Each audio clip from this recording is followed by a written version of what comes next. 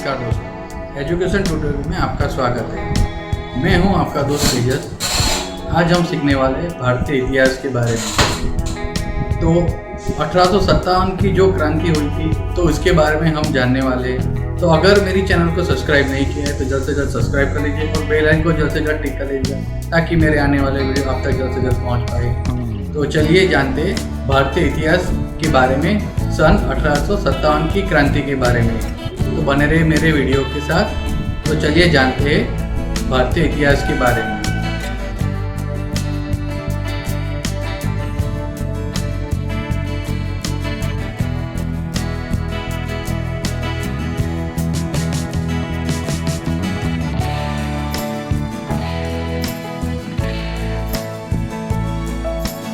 भारतीय इतिहास 1857 की क्रांति और इसकी शुरुआत।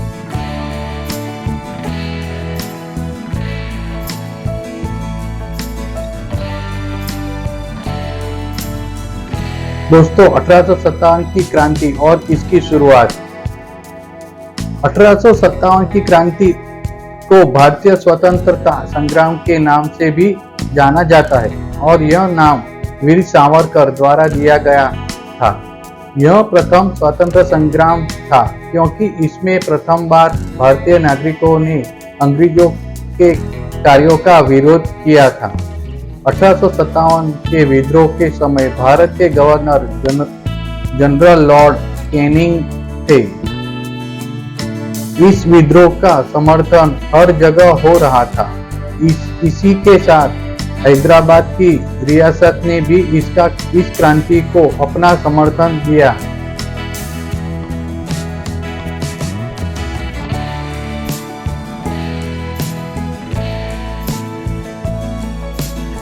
(1857) की क्रांति और इसकी शुरुआत।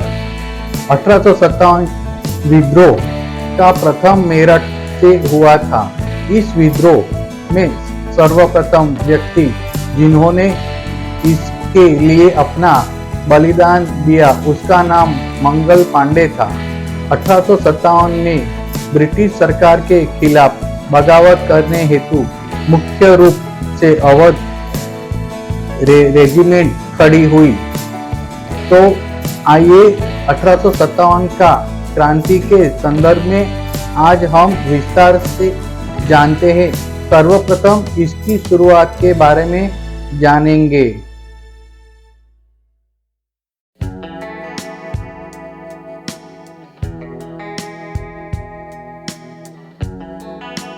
(1857) की क्रांति की शुरुआत।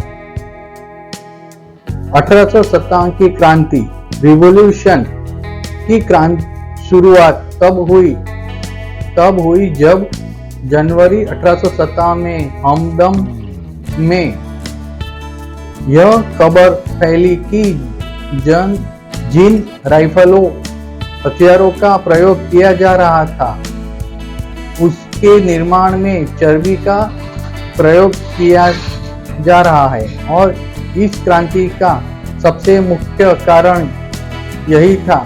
इसके निर्माण हेतु जानवरों को मारा जा रहा था और उनकी चर्बी से इसका निर्माण किया जा रहा था। To be continue.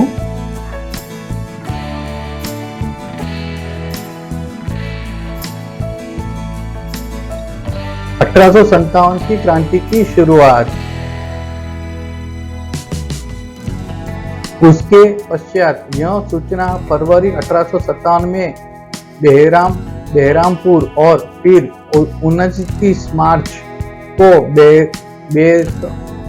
बैरकपुर छावनी में यह खबर फैली, जहां 29 मार्च 1857 को बैरकपुर छावनी के सिपाही मंगल पांडे ने चर्बीदार कारतूस के प्रयोग से मना कर दिया और उसके बाद उसने लेफ्टिनेंट बाग और सार्जेंट पर गोली चला दी।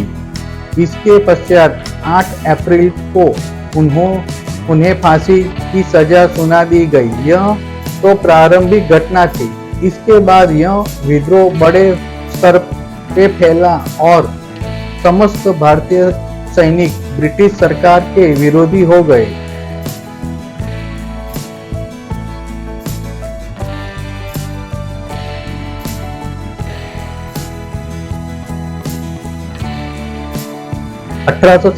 की क्रांति की शुरुआत। सन 1857 की क्रांति का वास्तविक विस्तार 10 मई 1857 को मेरठ से होता है। मेरठ की सैनिक टुकड़ी ने शस्त्रागार को लूट लिया और अपने सैनिकों के साथ वो सभी 11 मई को दिल्ली पहुंचे और वहां अधिकार कर लिया। उसके बाद उन्होंने वहां से मुगल बादशाह बहादुर शाह 2 को अपना नेता चुना।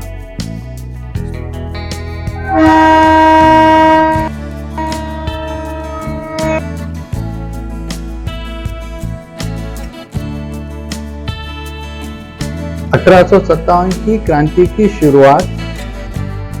इसके अलावा जो नेता थे उनने बक खां, जॉन निकोलस और हडसन ने इस विद्रोह को दबाने के लिए उन्होंने दिल्ली पर आक्रमण कर दिया और वहां अपने अधिकार स्थापित कर लिया और सैनिक के विद्रोह को दबाने का प्रयास किया, परंतु तब तक वह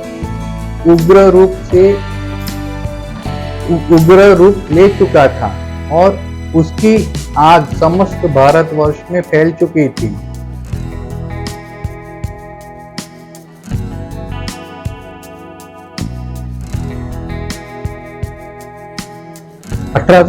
की क्रांति के प्रमुख कारण। पहला, चर्बी-चुस्त कारतूस। 1857 के विद्रोह का प्रमुख कारण चर्बी-चुस्त कारतूस था, जिसमें राइफलों में निर्माण में चर्बी का प्रयोग किया जाता था, जिस कारण इस विद्रोह का प्रारंभ और विस्तार हुआ। दूसरा, राजनीतिक लॉर्ड डलहौजी की हड़प नीति, जिसमें वह सभी रियासतों पर अपना वर्चस्व स्थापित करना चाहता था। अवध और अन्य राज्यों का ब्रिटिश सरकार में विलय एवं ईस्ट इंडिया कंपनी की विस्तारवादी नीति इस विद्रोह के प्रमुख कारण थे।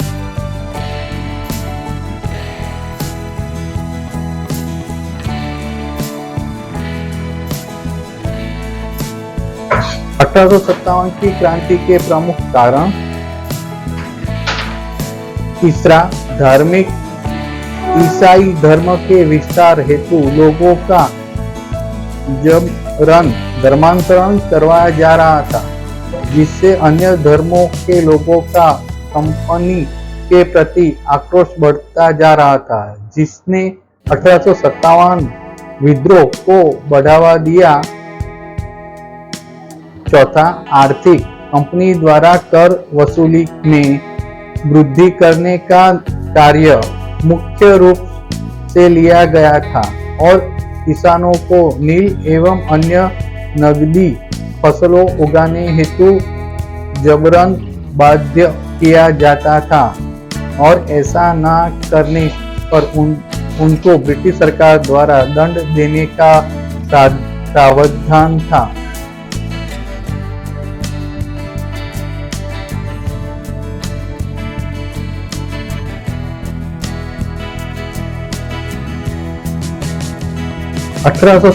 की क्रांति के प्रमुख कारण।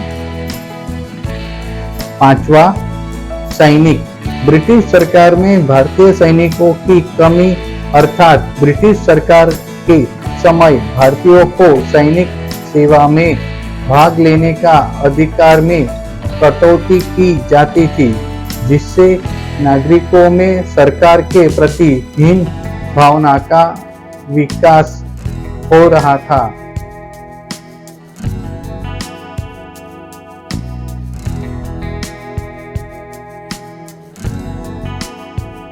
1857 विद्रोह के परिणाम।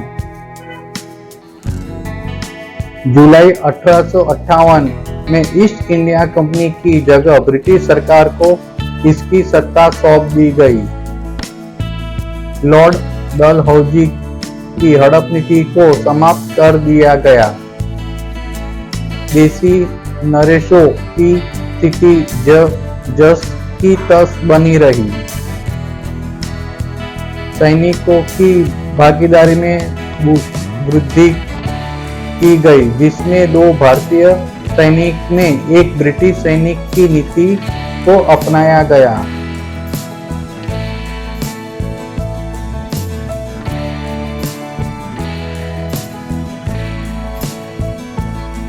(1857) की क्रांति के असफलता के कारण नेतृत्व का अभाव। 1857 के क्रांति के मार्गदर्शन हेतु प्रभावशाली व्यक्तित्व की कमी थी, जिस कारण इसका विस्तार नहीं हो सका। सीमित संसाधन। क्रांति हेतु जिन संसाधनों की आवश्यकता पड़ती है, उन साधनों की कमी का अभाव था, जिस कारण इस विद्रोह का विस्तार नहीं हुआ।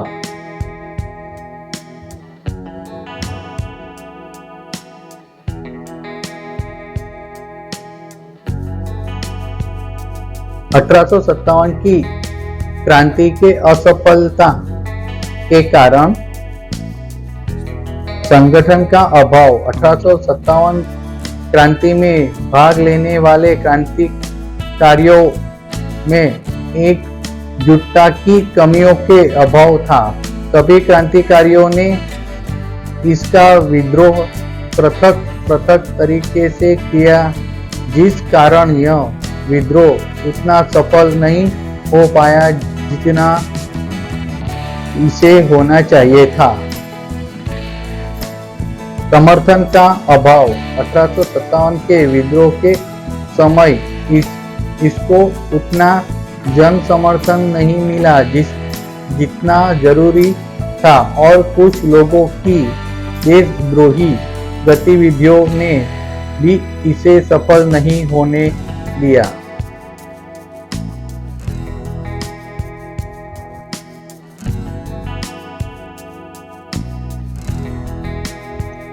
आभार। दोस्तों, हम आशा करते हैं कि 1857 की क्रांति के ज्ञान ने आपको विभिन्न सभी सरकारी परीक्षाओं की तैयारी हेतु आपके ज्ञान का विस्तार किया होगा। अगर आपको हमारी यह पोस्ट ज्ञानवर्धक लगी हो तो इसे शेयर करें, और अगर आपको 1857 की क्रांति के अलावा और किसी प्रकरण पर जानकारी चाहिए तो आप हमें नीचे कमेंट करके बता सकते हैं।